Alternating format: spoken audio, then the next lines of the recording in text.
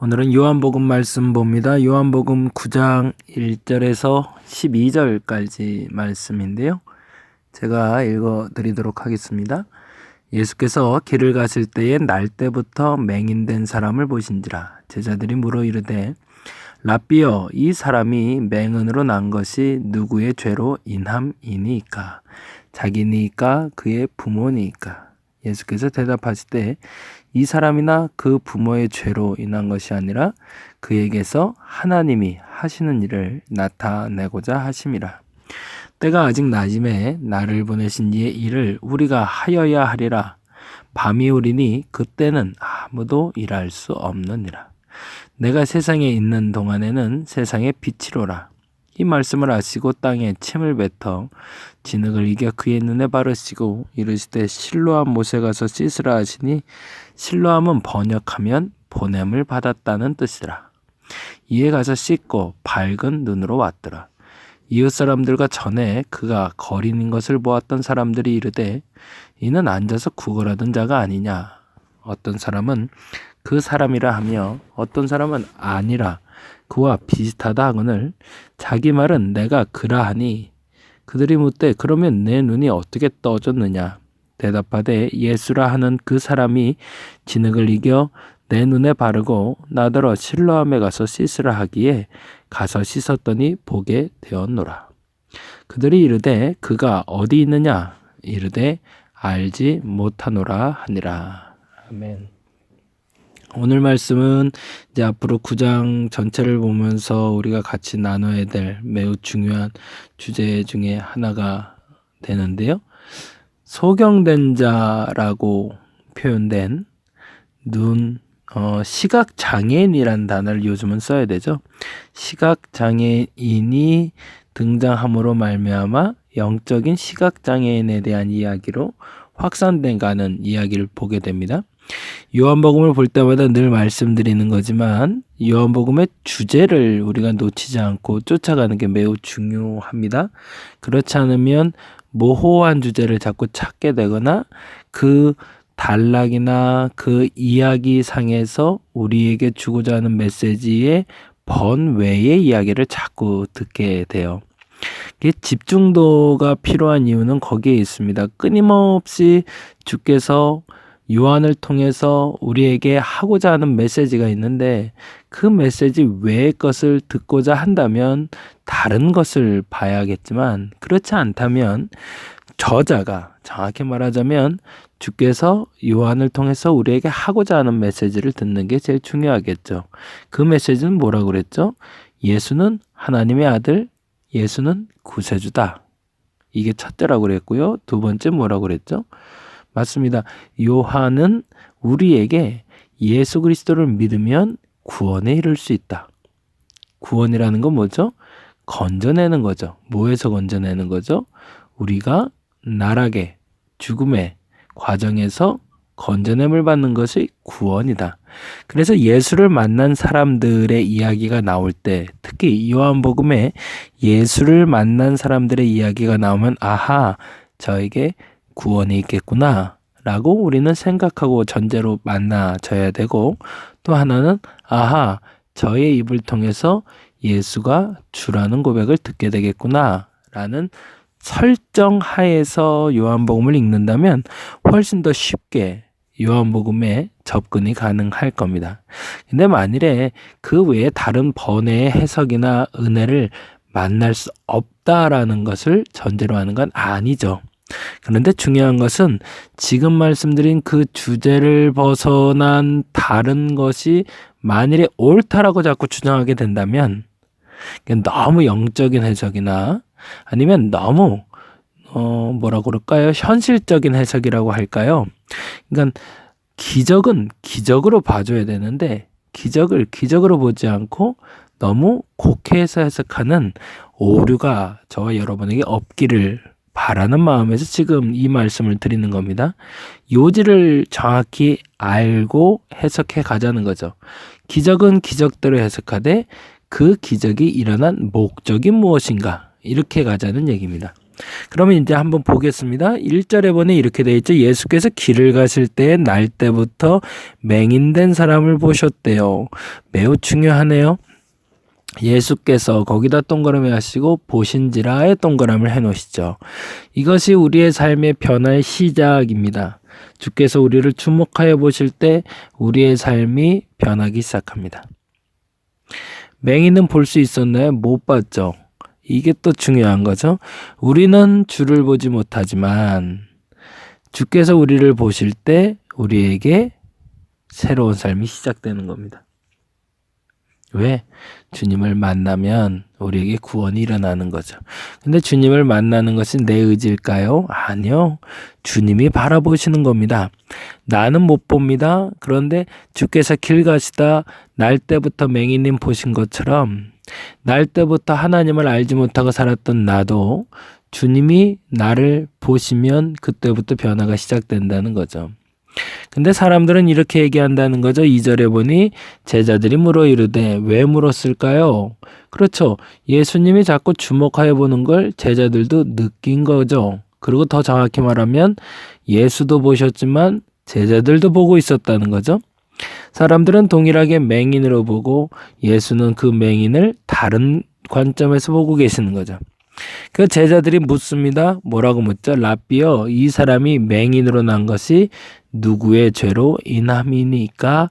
자기니까? 그의 부모니까? 사실은 이 질문은 우리 모두가 하는 질문이기도 합니다. 무엇인가 고난이 시작된 사람들, 고난을 겪고 있는 사람들을 보면 그들에 대해서 비방하는 사람들도 있죠. 아이고, 저게 무슨 죄가 있어서 저러고 사나? 라는 비난 섞인 자조 섞인 단어를 쓰는 사람들도 만납니다. 대부분이 그러합니다. 가난한 사람들을 볼 때마다, 억울한 사람들을 볼 때마다, 문제가 터진 사람들을 볼 때마다 저거 문제가 있어서 저러는 게 다 죄가 있어서야 라고 우리는 얘기하는 거죠. 그래서 제자들도 그것이 긍휼한 마음인지 그들을 비아냥하는 마음인지 모르지만 그의 관점은 매우 일반적이었습니다. 그에게 문제가 있었고 그래서 시각장애인이 되었는데 그것은 당연히 누군가의 죄 때문일 것이다. 그것이 본인의 죄이든 부모의 죄이든 그 누군가의 직접적인 죄가 그에게 맹인이라는 고난을 가져왔을 것이다 라고 해석하는 거죠. 코로나19에 대한 해석도 동일합니다. 그리고 지금 겪고 있는 이런 경제적인 어려움도 마찬가지죠. 이게 도대체 누구의 죄 때문에 온 병인가? 이게 도대체 누구의 죄 때문에 일어난 일인가? 라고 우린 묻습니다. 그런데 이 물음만으로는 족하지 않다라는 거죠. 어제는 말씀드릴 때 그 얘기를 했죠. 우리의 죄 때문에 우리는 대가를 치르고 있다고. 무슨 대가죠? 자가격리라는 대가를 치르고 있다고. 왜? 그래야만 자연이 쉬고 회복할 수 있으니까. 그래서 자연의 회복을 위해서 하나님은 우리의 죄값을 물으신 것이 자가격리다. 이게 1차적으로 우리가 죄에 대해서 묵상하게 된다면 이렇게 해석을 하자고 얘기를 드렸고요. 근데 오늘은 반대로 보자는 얘기예요. 3절에 이렇게 얘기하시거든요. 예수께서 대답하실 때 이 사람이나 그 부모의 죄로 인한 것이 아니라 그에게서 뭐라고 되어 있죠? 우리가 너무너무 좋아하는 멋진 단어가 나옵니다. 하나님이 하시는 일을 나타내고자 하심이라. 거기다가 줄을 쳐놓죠. 두 번째 매우 중요한 단어가 됩니다. 하나님이 하시는 일을 나타내고자 하심이라. 뭘 나타내고 싶으신 걸까요? 거기다가 가로하고 이렇게 적어 놓으시면 좋을 것 같아요. 혹시 적을 수 있다면 예수께서는 뭘 보고 계시는지 죄의 정확히는 이렇게 해서 사건의 원인이 아닌 사건의 목적을 보신다. 이렇게 적어 놓으면 좋을 것 같아요. 사건의 원인이 아닌 사건의 목적을 보신다. 조금 좀 어려운 단어로 하면 존재의 원인이 아닌 존재의 목적을 보신다고 우리는 해석해낼 수 있어야 된다는 겁니다. 병의 존재의 원인이 뭘까? 코로나19의 존재의 원인이 뭘까? 사람들은 그거를 밝혀내려고 애를 씁니다. 그래서 어떤 이들은 그 병이 오게 된 연유가 정치적인 역학관계에서 나왔다는 사람들도 있고요. 그리고 박쥐나 이런 야생동물 때문에 왔다는 사람들도 있고요. 그리고 매우 애매하게 말하는 사람들은 동양인 때문에 왔다라고 말하는 사람들도 있습니다. 원인을 찾고자 하는 거죠.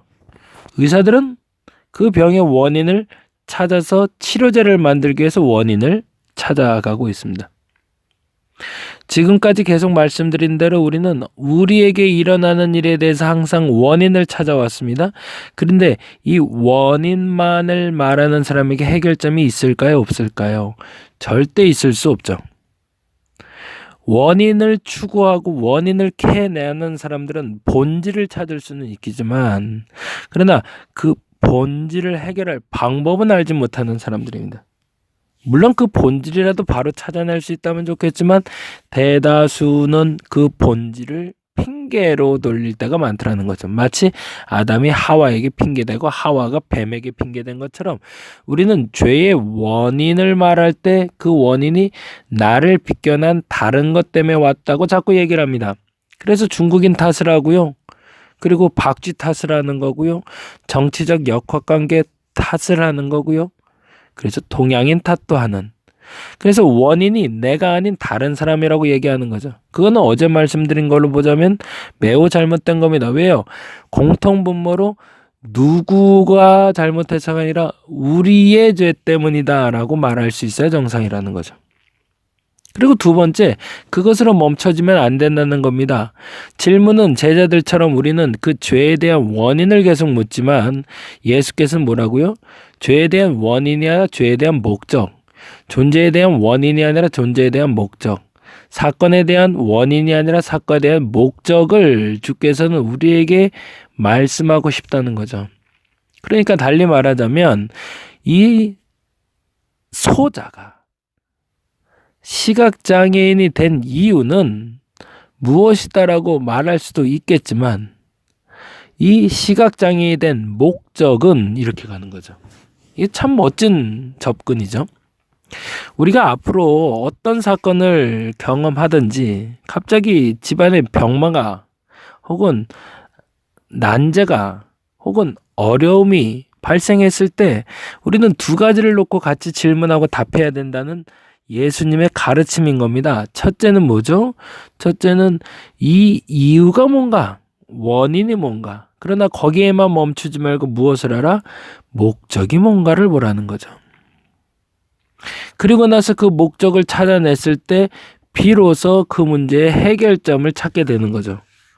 근데 사람들이 알까요? 모를까요? 왜요? 우리들의 눈높이는 항상 원인에만 포커스가 맞춰졌으니 왜 고쳐졌는지 또 묻고 있는 겁니다. 고쳐진 목적이 중요한 게 아니고. 근데 그 목적을 예수께서 뭐라고 얘기하는 거죠? 그에게서 하나님이 하시는 일을 나타내고자 하심이라. 거기다가 줄을 쳐놨잖아요. 이번에 코로나19도 이 일을 통해 하나님이 하시는 일을 나타내실 겁니다. 교회에게도 나타내실 거고요. 그리고 우리들의 삶에도 나타내실 거고요. 각국의 정상들과 각국의 경제에서도 나타날 겁니다. 무엇이요? 어려움이 아니요. 하나님이 하시는 일이. 그러면 우리는 뭘 하면 될까요? 그 결과를 보고 하나님이 하시는 일의 목적지가 어딘지를 찾아내는 것이 중요하겠죠. 그리고 그것을 찾아낸다면 우리는 이 눈먼 자가 눈을 뜬 것처럼 시각장애인의 눈이 열린 것처럼 우리의 영적인 시야도 열리게 되는 경험을 하게 되겠지요. 저와 여러분에게 오늘 이 시간이 그러한 시간이 되기를 간절히 바랍니다. 우연을 가장하여 예수께서 우리를 만나보시며 우리를 바라보실 때 우리의 눈이 열릴 수 있음을 믿고 첫 번째 이렇게 기도했으면 좋겠습니다. 주님, 주님의 시선을 느끼게 해달라고. 주님이 나를 바라보고 있는 거. 여러분 그거 아시죠? 누군가 나를 바라보고 있는 걸 보면 멀리서도 알 수 있습니다. 어저께도 우리 아들하고 이렇게 다녔는데 왔다 갔다 하다 보니까요. 조금 멀리 있는데 우리 아이의 이름을 부르지 않아도 눈빛만 봐도 알겠어요. 저 친구가 어디 있는지 그리고 누군지 사람들에게 섞여 있어도 보입니다. 그 사람들이 다 나를 쳐다보는 것 같아도 내 아이가 나를 쳐다보는 걸 나는 느끼겠더라고요. 이거는 눈으로 보는 거하고는 느낌이 다른 겁니다. 눈으로 보지 않아도 느껴질 수 있습니다. 뭐가요? 나에게 예수님의 시선이 머물고 있다는 것을. 첫 번째로 우리 이렇게 기도했으면 좋겠습니다. 하나님, 하나님의 시선을 느끼게 하소서. 예수님의 시선을 느끼게 하소서. 그 뜨거움, 그 간절함, 그 사랑, 그 눈빛을 느끼게 하소서. 그리고 두 번째 이렇게 기도했으면 좋겠습니다.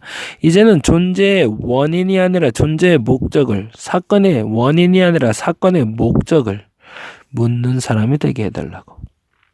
물론 원인도 알아야 됩니다. 원인을 몰라야 된다는 얘기를 지금 하고 싶은 것이 아닙니다.